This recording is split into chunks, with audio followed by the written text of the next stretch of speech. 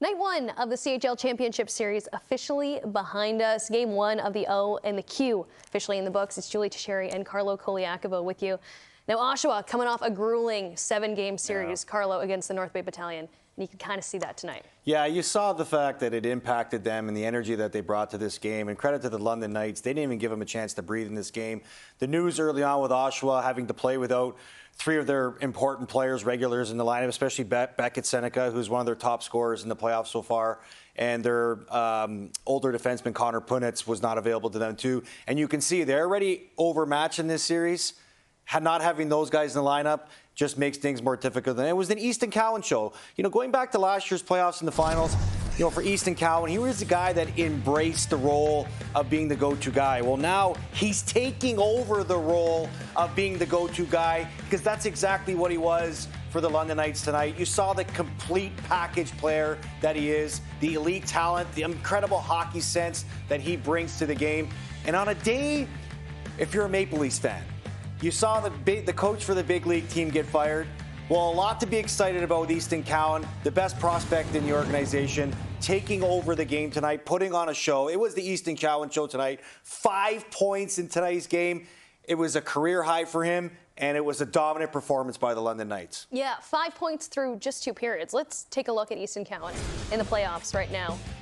4-game point streak, 12 points in those 4 games. We all remember that really crazy point streak he had in the regular season. 36 games long. London wins this one 8-1.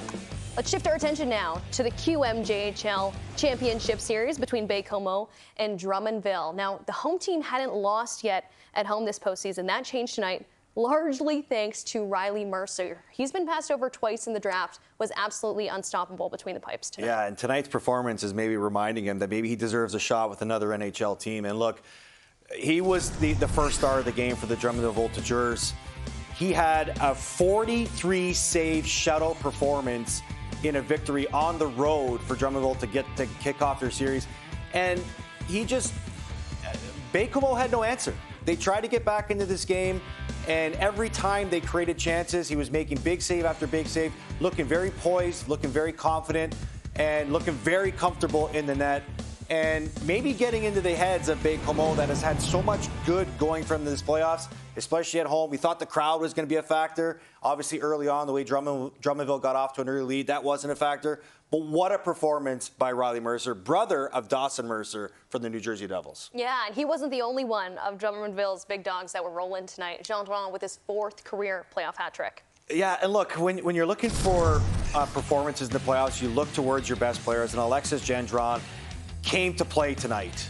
You know, you talked about the hat trick, the first goal of the game to really put Baie-Comeau behind the 8 ball. And from there on in, he was very opportunistic with his chances. Yes, he got a couple of lucky bounces, but you look at how important he is for this team. He has scored 5 of their last 7 goals in this playoffs, and clearly a huge factor in tonight's game, helping lead them to victory. But Luke Woodworth had a great game too. The captain of their team factored in on some of those goals by Gendron. So all in all, a great performance by Drummondville's best players. A 5-0 win for them. So 2 lopsided results on night 1 of the CHL Championship Series. But isn't that the beauty of the playoffs, Carlo? Buckle up.